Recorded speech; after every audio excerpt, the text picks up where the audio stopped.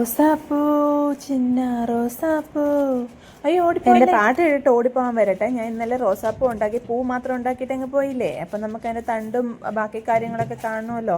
അപ്പം ഞാൻ ഒരു ലീഫ് ഉണ്ടാക്കാനുള്ള പരിപാടീസിലാണ് കേട്ടോ. ആരൊക്കെ ഇങ്ങനെയൊക്കെ എന്തൊക്കെ ചെയ്യുന്നതെന്ന് എനിക്ക് അറിഞ്ഞൂടാ. ഞാൻ ഇങ്ങനെയൊക്കെയാണ് ചെയ്യാറ്.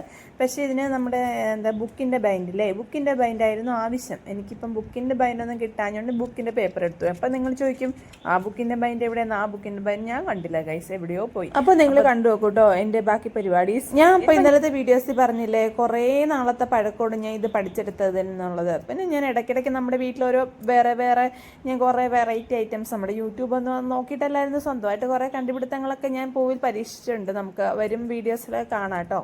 അപ്പം ഞാനങ്ങനെ കുറേയൊക്കെ ചെയ്ത് നോക്കുമായിരുന്നു വെക്കേഷൻ സമയത്തും. അങ്ങനെ എനിക്ക് എല്ലാ ദിവസവും അങ്ങനെ ഞാൻ ചെയ്യുന്ന ഒരാളൊന്നുമല്ല. എന്തെങ്കിലും ഒരു ടി വി കാണാത്ത സമയം അല്ലെങ്കിൽ ഫോൺ നോക്കാത്ത സമയം അങ്ങനെ എന്തെങ്കിലുമൊക്കെ സമയം കണ്ടുപിടിച്ചിട്ടാണ് ഞാൻ ഇങ്ങനെയുള്ള അൽക്കുരുത്ത് പണീസൊക്കെ ചെയ്യാറുണ്ടായിരുന്നത്. പിന്നെ വീട്ടിലാണെങ്കിൽ ഇതിനൊന്നും ആരും പ്രോത്സാഹിപ്പിച്ചില്ലെങ്കിലും ആരും നിരുത്സാഹപ്പെടുത്താൻ വരില്ലായിരുന്നു. പിന്നെ സ്കൂളിലൊക്കെ പഠിക്കുന്ന സമയത്ത് കുറച്ചൊക്കെ സമയം കിട്ടിയതിനും കോളേജിലൊക്കെ ആയ സമയത്ത് പിന്നെ സമയം ഒട്ടും കിട്ടാതായിട്ടോ. അപ്പോഴൊന്നും ഞാൻ ഇതിനെക്കുറിച്ചൊന്നും ചിന്തിക്കാറേ ഉണ്ടായിരുന്നില്ല.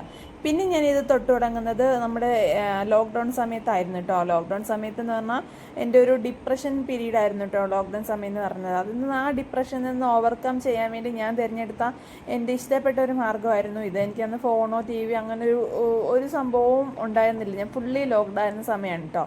അപ്പം ഞാൻ ഡിപ്രഷനിലോട്ട് പോവാതിരിക്കാൻ വേണ്ടി ഞാൻ എൻ്റെ മനസ്സുകൊണ്ട് ഞാൻ തീരുമാനിച്ച് കണ്ടുപിടിച്ച സംഭവമാണിത്. അതൊക്കെ കഴിഞ്ഞ് ഞാൻ കല്യാണമൊക്കെ കഴിഞ്ഞ് ഏട്ടൻ്റെ അടുത്ത് ചെന്ന് കഴിഞ്ഞിട്ട് പിന്നെ ഏട്ടൻ കുറേ പെയിൻറ്റ് ചെയ്യാനുള്ള സംഭവങ്ങളും ബോർഡിലാട്ടോ അങ്ങനെയുള്ള സംഭവങ്ങളൊക്കെ ഞാൻ ചെയ്യാറുണ്ടായിരുന്നു കേട്ടോ.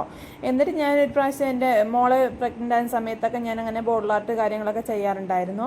അങ്ങനെ ഞാൻ മോളെ പ്രഗ്നൻ്റായി 7ാം മാസത്തിൽ വീട്ടിൽ കൊണ്ടുവന്ന് വീട്ടിൽ വരുന്ന ചടങ്ങുണ്ടല്ലോ, അതൊക്കെ കഴിഞ്ഞിട്ട് ഞാനിങ്ങനെ വീട്ടിലിരുന്ന് ഇതൊക്കെ ചെയ്യുമ്പോൾ അമ്മ എന്നോട് ചോദിക്കുക, ഇതെന്താ നിനക്ക് എന്തെങ്കിലും മൂഡ് ഓഫ് ഉണ്ടോ അല്ലെങ്കിൽ എന്തെങ്കിലും പ്രശ്നമുണ്ടോ എന്ന്. കാരണം എന്താ ഡിപ്രഷൻ സമയത്ത് അമ്മ ശ്രദ്ധിച്ചിരുന്നേ ഞാൻ ഇങ്ങനെ പൂവുണ്ടാക്കുന്നതും ബോർഡിൽ ആർട്ട് ചെയ്യുന്നതും ഒക്കെ.